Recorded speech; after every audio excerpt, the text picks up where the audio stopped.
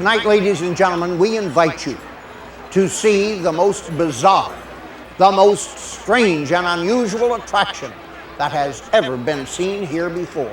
This is a show you'll talk about and remember for the rest of your life, and I don't care if you live to be 100. I don't care if you see 1,000 of these shows. This is the show. These are the people that will remain in your memory forever. I bought my first sideshow and became an entrepreneur. Entrepreneur, pile of manure. It's about the same thing, too. Let's see.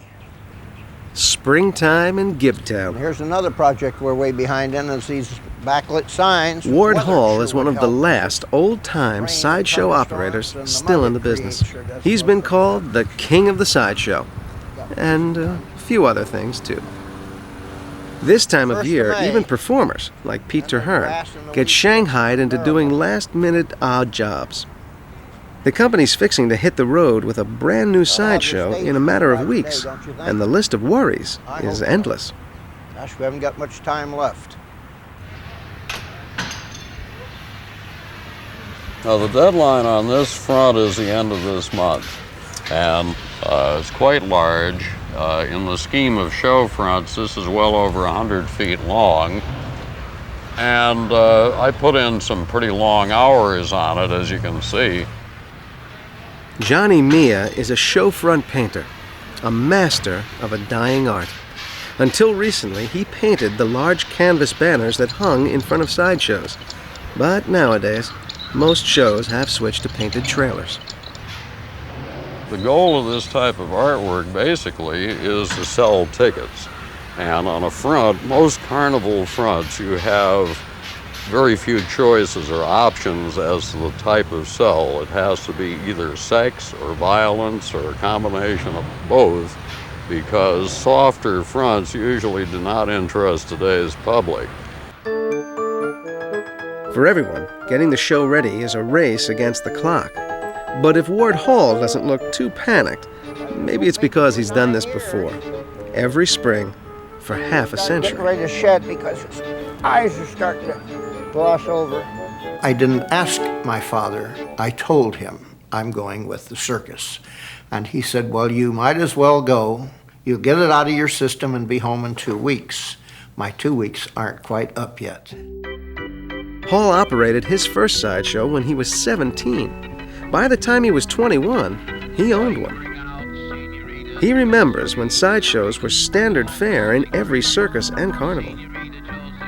In 1948, 49, 50, along in there, to my knowledge, there were 104 10-in-1 sideshows in the United States and Canada. The sideshow in the 6-month season would sell probably 10 times more tickets, and it entertained 10 times more people in that 6 months than the biggest hit Broadway show would entertain in a year.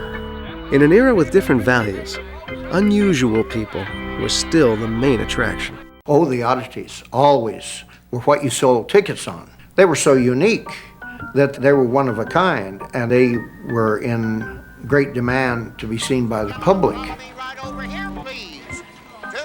Over the years, Hall's show included many well-known performers. He has no qualms about exhibiting human beings. In fact, once, Hall employed one of the most sensational sideshow attractions ever.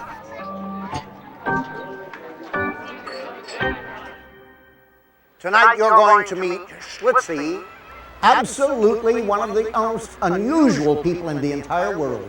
Schlitzie is, in reality, a microcephalic, a person whose head is no larger than a grapefruit. It comes to a point like an ice cream cone, and when you feel the top of her head, you'll find that it's soft like a sponge, because she has no more brains than a monkey. Schlitzie is waiting for you now. With a bigger feather on. Schlitzie, the famous Pinhead, came to Ward Hall Sideshow near the end of a long life. Why, Schlitzie, what's the matter? Even though very old, Schlitzie was, I don't know, I would say a 7 or 8 year old child. Very lovable. Everybody loved Schlitzie.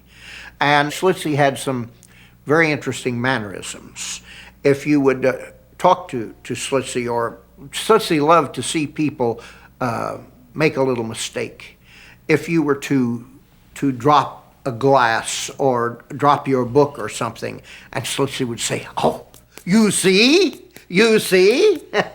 And Today, only 2 so-called human oddities travel full-time with Ward Hall's show. Pete Terhurne, the fire-eating dwarf whose stage name is Pooba, and Bruce Snowden, one of the last professional fat men. Weighing close to 600 pounds, he bills himself as Harold Huge. that's for Jimmy.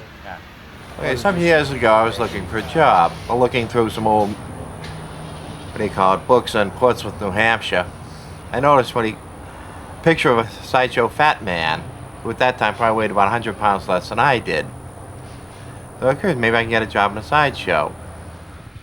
But the sideshow was not exactly what Snowden expected out of life. He trained for a different career. I have a couple of different degrees. One's in psychology and the other one's in geology. Basically a science freak, other than a sideshow freak. Well, I mean, I'd be stared at anyways. As I've said a few thousand times, and I walk down the street, people are going to stare at me. This way I get paid for it. Week before we go out, and we're in a real crunch. Boy, I tell you, this is almost panic time now. I'm sure it'll all come together, but the last 2 weeks before a show opens, if there's a hell on earth for a showman, that's it.